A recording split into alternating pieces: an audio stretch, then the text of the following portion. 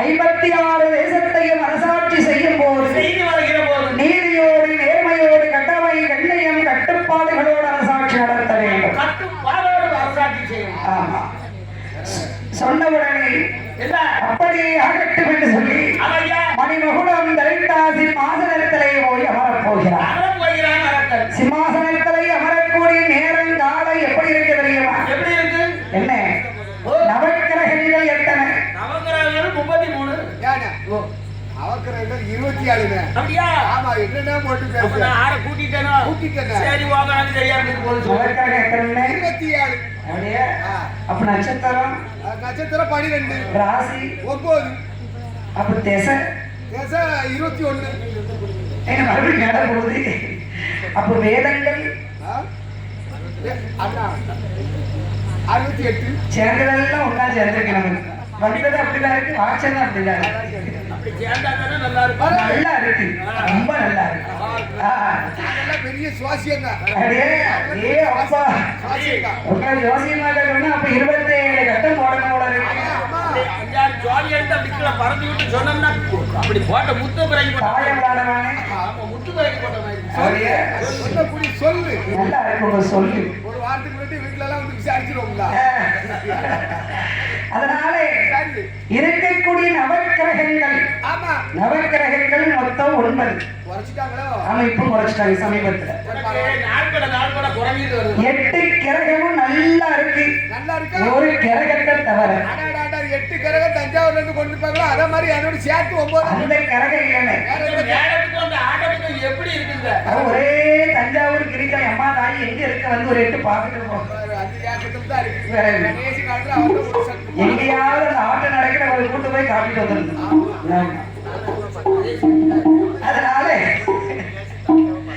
உடனே பார்த்தா அங்கு அமர்ந்திருக்கக்கூடிய இந்த வல்லரக்கர் ஆட்டுடன் சிம்மாசனத்திலே அமர்ந்து அரசாட்சி நடத்துவதற்காக அமர்ந்தார். பாருங்க, இருக்கக்கூடிய கிரகத்திலேயே ஒரே ஒரு கிரகம் 6.25 அவையுண்டாலும் 7.5 நாட்டான் சனீஸ்வர பகவானுடைய பார்வையில ஒரு சிம்மாசனத்தில் அமர்ந்தார். சிம்மாசனத்திலே அமர்ந்த உடனே இந்த அரக்கன் வல்லரக்கனுடைய ராஜ்யங்கள் எப்படி இருக்கு? நீதி தவறி, நேர்மை தவறி, கடமை கண்ணியம் கட்டுப்பாடு இல்லாத ராஜ்யமாக இருந்தது. முதல்ல நாட்டுக்கும் சரி வீட்டுக்கும் சரி தலைவன் வாழ்க்கிறது ஒழுங்கா இருக்கணும். தலைவன் ஒழுங்கா வாய்க்கணும். ஆமா, ஒரு தலைவன் நல்ல முறையிலே நமக்கு வாய்த்து விட்டா வீடா இருந்தாலும் நாடா இருந்தாலும் நமக்கு கவலையே கிடையாது. அப்ப தலைவன் வாய்க்கணும். தலைவி அவங்க எப்பவுமே நல்லா தான் இருப்பாங்க. அவங்களுக்கு ஒரு குறையும் கிடையாது. அவங்களுக்கு என்ன குறை இருக்கு? நம்ம உழைச்சு கொண்டு போட்டா சாப்பிட்டு நல்லா தானே இருப்பாங்க. நீங்க உழைச்சு கூட நம்ம உட்கார்ந்து சாப்பிட கேட்டுக்கோங்க. அப்படி சொல்லுங்க. காலையில எந்திரிச்சு காடு கரைக்கு போனா வயக்காட்டு வேலை என்ன இருக்கு தெரியுமா? நான் உங்களை சொல்லல, நீங்க எல்லாம் உழைப்பாங்க. ஆதித்த பத்தி சொல்லுங்க. ஒரு நிமிஷம். யார பத்தி சொன்னீங்க?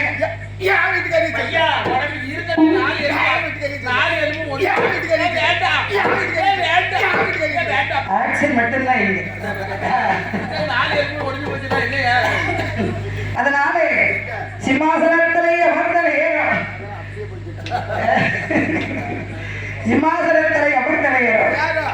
நாடு நகரங்கள் எல்லாம் பெரும் பஞ்சமாக போச்சு. அரக்க மன்னனாகிய வல்லரக்கனுடைய ராஜ்யத்திலே எப்படி இருக்கிறன்னா காலமழை மொழியலையே மொழியலையே காலமழை மொழியலையே மொழியலையே ஆடுகரை விளையலையே விளையலையே கோடை மலை மொழியலையே மொழியலையே கோடை மலை மொழியலையே மொழியலையே குளிர்ந்ததென்றொழி வீசலையே வீசலையே குளிர்ந்ததென்றொழி வீசலையே வீசலையே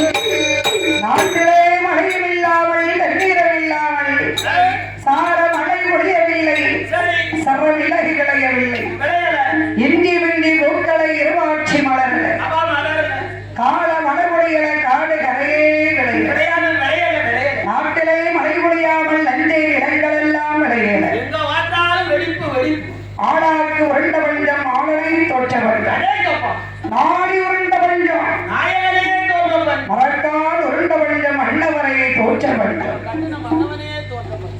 பஞ்சமனா தோற்ற பஞ்சம் என்ன தாயத்துல தோத்தாங்களா சீட்டு விளையாட்டுல தோத்தாங்களா அது கிடையாது கொண்டு வச்சு ஒரு குடும்பம் இருக்குன்னு வச்சுக்கோ சரி பஞ்சம் தாங்க முடியாம ஒருவரை விட்டு ஒருவர் அடுத்த காட்டுக்கு போறதுதான் பழகிருக்கு அப்படி சொல்லியோ நான் இது விளையாட்டை விட்டு குடிசை கொண்டு வச்சு தோத்தான் கிடையாதுப்பா மனைவிய வீட்டுல பத்திரமா வச்சுட்டு இந்த மனுஷன் அடுத்த தேசத்துல போய் காசு தேட போறாரு மரக்கால் உருண்ட பஞ்சம் மண்டவனை வித்த பஞ்சம் என்ன செய்ய பஞ்சத்திரியா பஞ்சம்னு சொன்ன அந்த மனுஷன் அரை காசுக்கு வாங்குவாங்களா ஒரு காசுக்கு வாங்குவாங்களா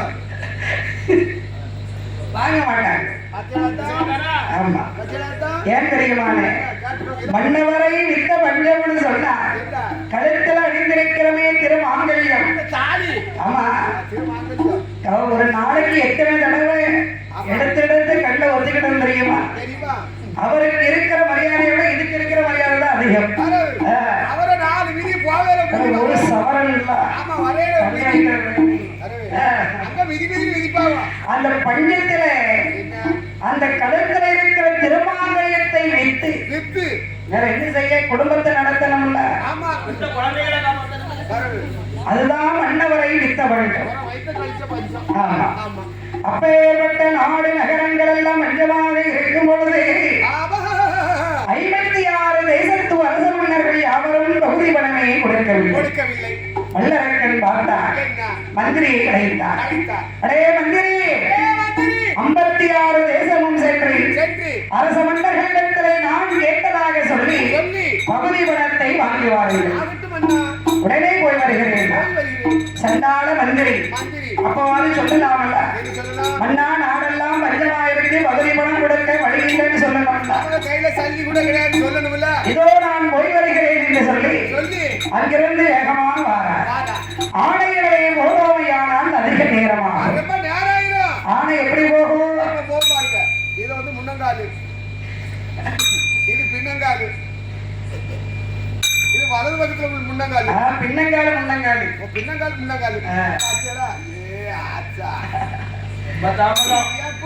இப்படி எடுத்து போச்சுன்னா நான் தை மாசம் கொடைக்கு காளியம்மன் கோயிலுக்கு வந்துருவோம்னு நினைக்கிறேன் இந்த ஆணையை பிடிச்சு கட்டுங்க இந்த ஆணையை பிடிச்சு கட்டிருங்க சங்கரையை கொண்டு வந்து கட்டி கொடுங்க இப்படி நடந்ததுல காரியாவது நீ பாட்டுக்கு சாடி அதனால குதிரைகளை ஓடுமையான ரொம்ப வேகமா போகலாம் குதிரை எப்படிங்க போகும் ஏ அப்பா அந்த ஆணை சொல்லி கொடுத்துருச்சு என் குதிரை நீயும் மெதுவா போ அப்பதான் உடனே வேலைக்கு போக மாட்டாரு இதுக்கு ஆணையிலே போயிருக்கலாம் போல கொஞ்சம் உயரமாவே தெரிஞ்சிருப்போம் அதனால குதிரையில போடணும்னு சொன்னா 4 கால கூட்டைக்கால் பாய்ச்சல் பின்னங்கால் குடதியில் அடிக்க அடிவயிறு தரையத்தோட புழுவியை கிளப்பிக்கிட்டு பிச்சுக்கிட்டு வரும் என்னமா போகும் தெரியுமா எப்படி புசு புசு போகும் புழுதி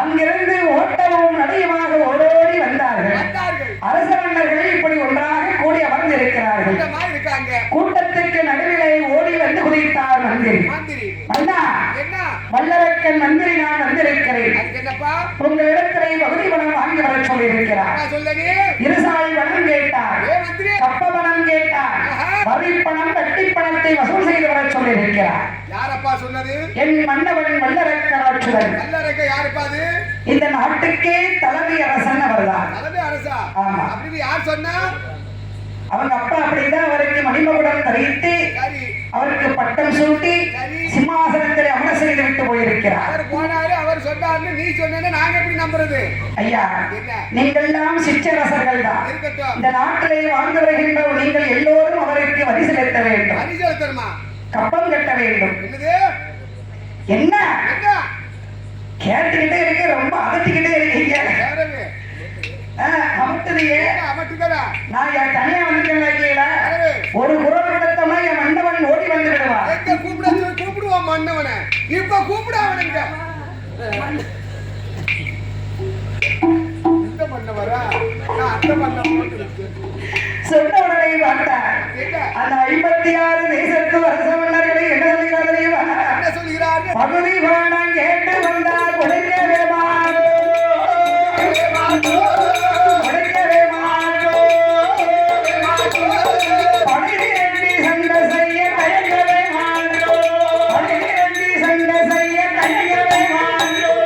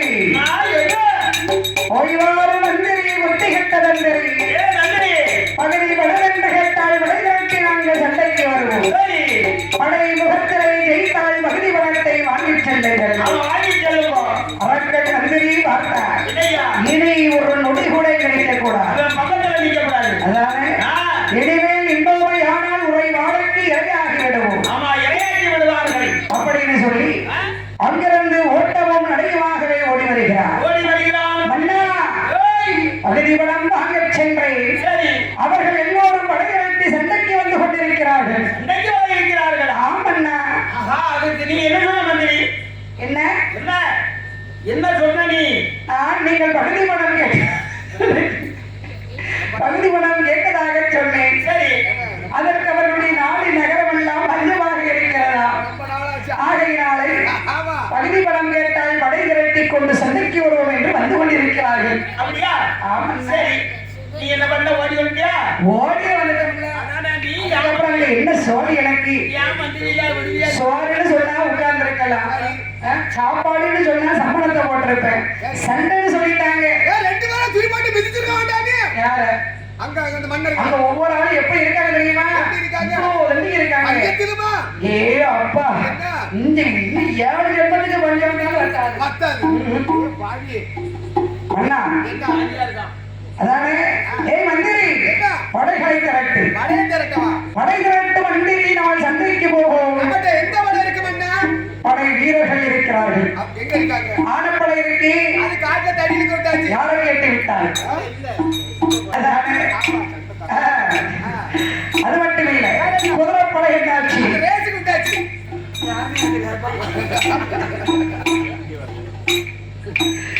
படை வீரர்கள் என்ன ஆனார்கள்? சிக்கன் புடியா வந்துட்டு. காலாளி படை என்னாச்சு? மட்டன் புடியா வந்துட்டு. அப்படியா? மந்திரி, எவரும் வேண்டாம், நீயும் நானும் மட்டும் போய் சண்டை செய்து விட்டு வருவோம். அதாடி நான் வரல. ஏன்? எனக்கு ஒரே ஒரு பொண்டாட்டி, அவளை விட்டுட்டு நான் வர மாட்டேன். அடியே போய் என்ன வச்சிருக்கதே வச்சிருந்தா வேண்டாம்னா இருக்கு. நான் அதை கண்ணால பாத்துக்கிட்டா இருக்கேன். அதனாலே பார்த்தார்.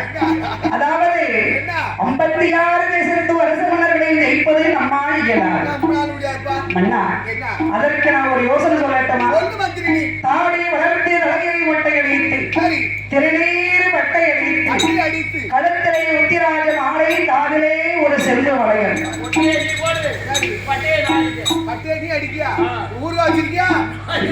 காவி வேட்டி, கையிலே திருவோடு. ஏன் தெரியுமா? பிச்சை எடுக்க போனாலும் அதற்கு வருத்தமான கோணத்துல போகணும். நாம என்ன தொழிலுக்கு போறோமோ அந்த தொழிலுக்குரிய வேஷத்தை நாம போடணும். அந்தந்த வேஷத்துல போனா 10 விசா 50 விசா போடலாம். ஊசி வளர்ந்தா நர்ஸ் வாசம் பட்டாதான் ஊசி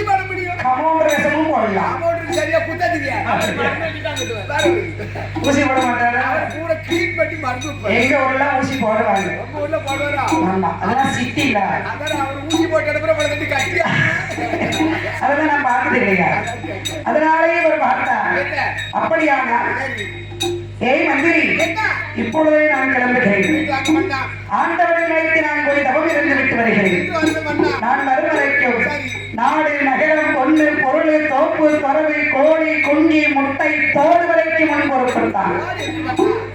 அது எண்ணிக்கை விடக்கூடாதுல்ல. அதுதான் கேட்கிறேன். ஆமா, தோடுதானே? தோடுதானே? முட்டை இல்ல, முட்டை இல்லைன்னா தோடு. அப்படிதான். தெரியுங்களா? எனக்கும் தெரியாது. ஆமா, இப்ப தெரிஞ்சுக்கோங்க. ஞானம் வளரணும்ல. அதனால மன்னா, நீங்கள் சென்று வாருங்கள்.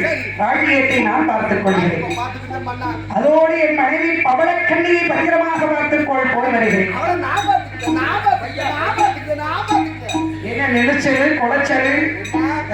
இல்ல, அவளை நல்லபடியா பத்திரமா பாத்துக்கிட்டேன். நான் எப்படி விட்டு செல்கிறேனோ அவள் அப்படியே இருக்க வேண்டும். அப்படியே எதிர்பார்க்க மாட்டா. நீங்க வேணா பஸ் ஸ்டாண்ட்ல கொண்டு விட்டு பாருங்க, யாராவது ஏத்தி பாருங்களான்னு பாருங்க. மன்னர் மனைவி பார்க்க முடியும். இப்பொழுதே போய் நபம் இறந்து வருகிறேன் என்று வல்லரங்கராஜுடன் எப்படி வருகிறான்?